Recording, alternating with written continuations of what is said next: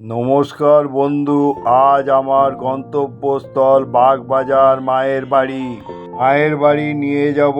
প্রথমে আমি বাগবাজার স্টেশন থেকে মায়ের বাড়ি নিয়ে যাওয়ার আগে বাগবাজার স্টেশন, মায়ের যে ঘাট আছে সেটাও দর্শন করাবো। মায়ের বাড়ি, মায়ের দর্শন করাবো।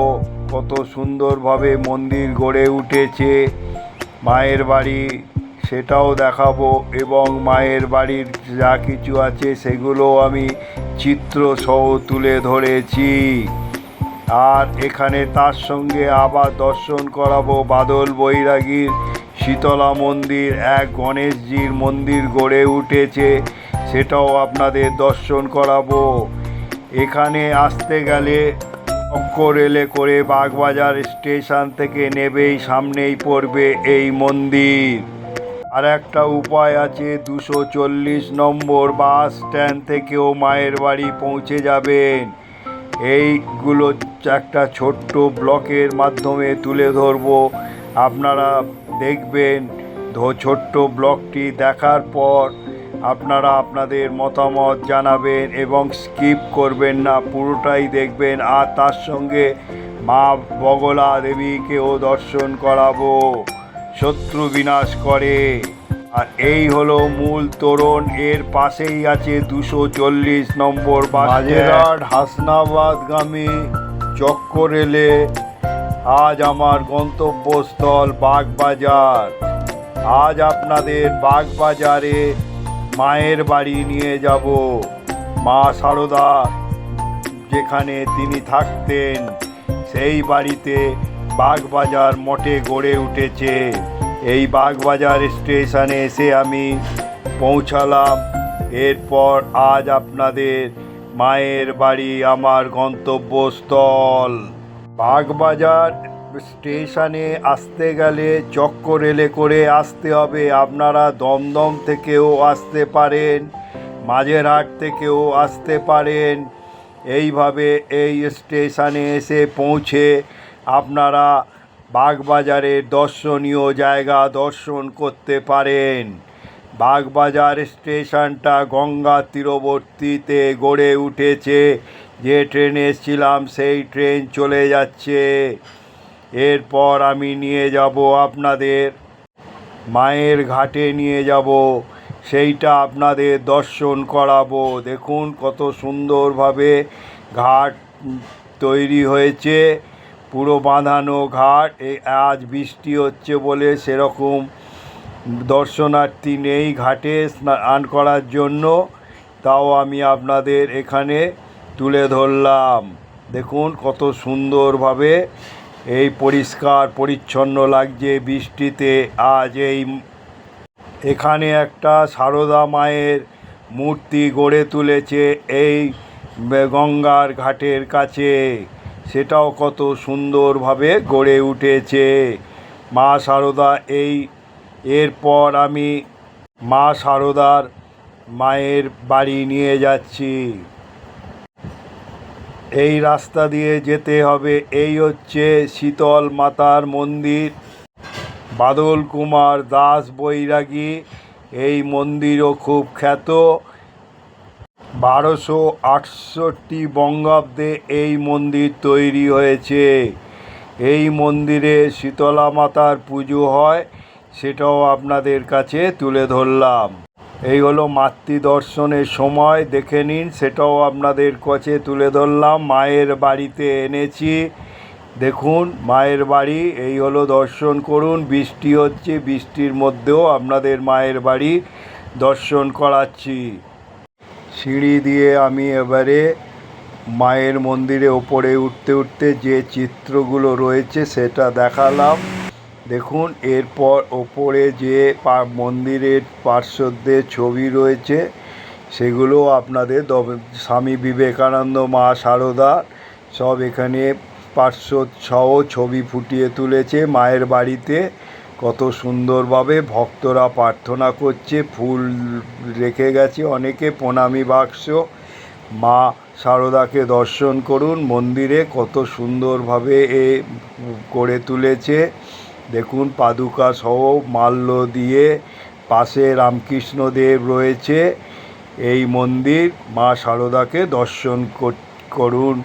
জয় মা সারদা দেবী। বাগবাজার মায়ের বাড়ি, যা শ্রী সারদা মায়ের বাটি নামে পরিচিত, কলকাতা বাগবাজারে অবস্থিত একটি ঐতিহাসিক স্থান। এটি শ্রী রামকৃষ্ণ পরমহংস দেবের স্ত্রী শ্রী সারদা দেবীর স্মৃতি বিজড়িত এবং এখানে তিনি জীবনের একটি গুরুত্বপূর্ণ সময় কাটিয়েছিলেন। স্বামী শারদানন্দ এই বাড়িটি তৈরি করেন এবং এখানে শ্রী সারদা দেবী 1909 থেকে 1920 সাল পর্যন্ত 11 বৎসর বাস করেন। এটি বর্তমানে শ্রী মায়ের বাটি ও নামে পরিচিত ও উদ্বোধন পত্রিকা কার্যালয় হিসাবে পরিচিত। স্থানটি তীর্থস্থানে পরিণত হয়েছে। এটা হলো মা সারদা স্বনির্ভর কেন্দ্র।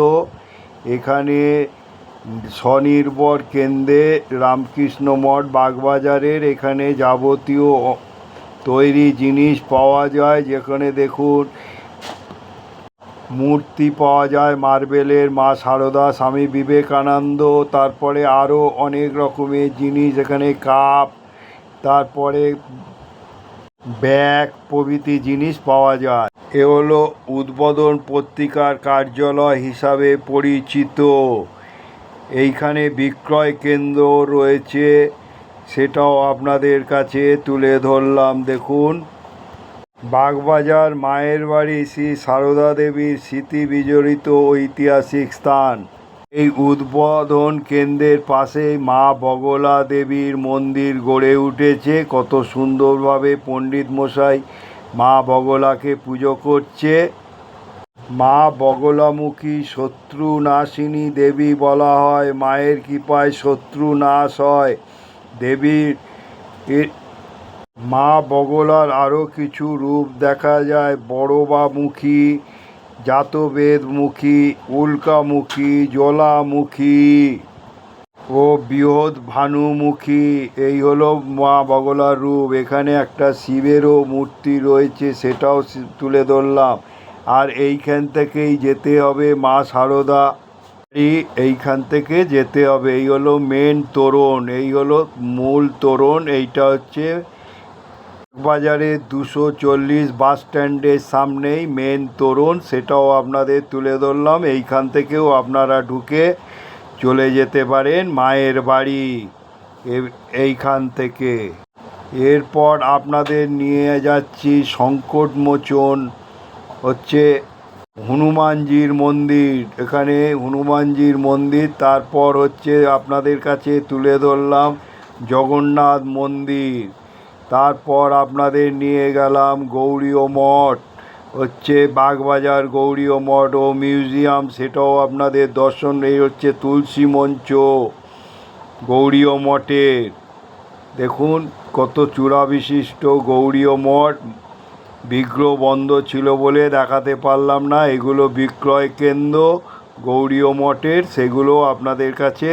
বাগবাজারে বাদল দাস বৈরাগীর শীতলা মন্দিরে এনেছি এবং খুব জাগ্রত মন্দির, প্রাচীনতম মন্দির। দেবী শীতলা একজন হিন্দু দেবী, যিনি মূলত পশ্চিমবঙ্গ, নেপাল, বাংলাদেশ পূজিত হন। রোগ বিশেষ করে বসন্ত গুটি দেবী হিসেবে মনে করা হয়। তিনি এই রোগ থেকে মুক্তি দিতে পারেন বলেই বিশ্বাস করা হয়। এই মন্দিরে যে শিবলিঙ্গ আছে এবং নাগরাজ বিরাজ করছে, সেটাও আপনাদের কাছে তুলে ধরলাম। খুব জাগ্রত এই শিব। পাশে সরস্বতী পুজো এই বাড়িতে হয়। এছাড়াও এখানে গোপাল, নারায়ণ, শিলা প্রভৃতি দেবতা এখানে বিরাজ করছে এই মন্দিরে। মা শীতলা একটি লোকদেবী, যিনি প্রাচীনকাল থেকেই পুজো পেয়ে আসছেন। অনেক ক্ষেত্রে তাকে বাগবাজারে এক সিদ্ধিদাতা গণেশের বিগ্রহ আছে, খুব সুন্দর বিগ্রহ পাথরের। আপনি হিন্দু ধর্মের একজন গুরুত্বপূর্ণ দেবতা, যাকে বিঘ্ন নাশকারী, শিল্পী ও বিজ্ঞানের পৃষ্ঠপোষক এবং বুদ্ধি ও জ্ঞানের দেবতা হিসাবে পূজিত করা হয়। বাংলা সংস্কৃতিতে গণেশকে সাধারণত দুর্গাপুজোর অংশ হিসাবে অন্য মায়ের বাড়ি প্রসাদে ছিল খিচুড়ি, মহাপ্রসাদ, তরকারি, চাটনি, পায়েস ইত্যাদি। নমস্কার বন্ধু, আজ এই বৃষ্টিতে বাগবাজারে আপনাদের মা সারদা দেবী যে বাগবাজারে থাকতো সেই বাড়ি দর্শন করালাম, মায়ের বাড়ি দর্শন করালাম, এখানকার ভোগ যে হয়েছে সেটাও দর্শন করালাম। ছোট্ট একটা ব্লগ বানালাম। এইটা দেখার পর যদি ভালো লেগে মনে করেন তাহলে লাইক, শেয়ার ও সাবস্ক্রাইব করবেন। এখনও যারা সাবস্ক্রাইব করেননি আমার পাশে থাকবেন, অল বোতামটা টিপে দেবেন। আমি যখনই কোনো ব্লগ বানাবো আপনারা পেয়ে যাবেন। আপনারা ভালো থাকুন, সুস্থ থাকুন। জয় মা সারদা। আর তার সঙ্গে আমি হচ্ছে বাদল বৈরাগী শীতলা মন্দিরও দর্শন করালাম। ছোট্ট করে একটা ছোট্ট ব্লগ বানিয়েছি। তারপরে আমি আমার গন্তব্যস্থলে যাচ্ছি।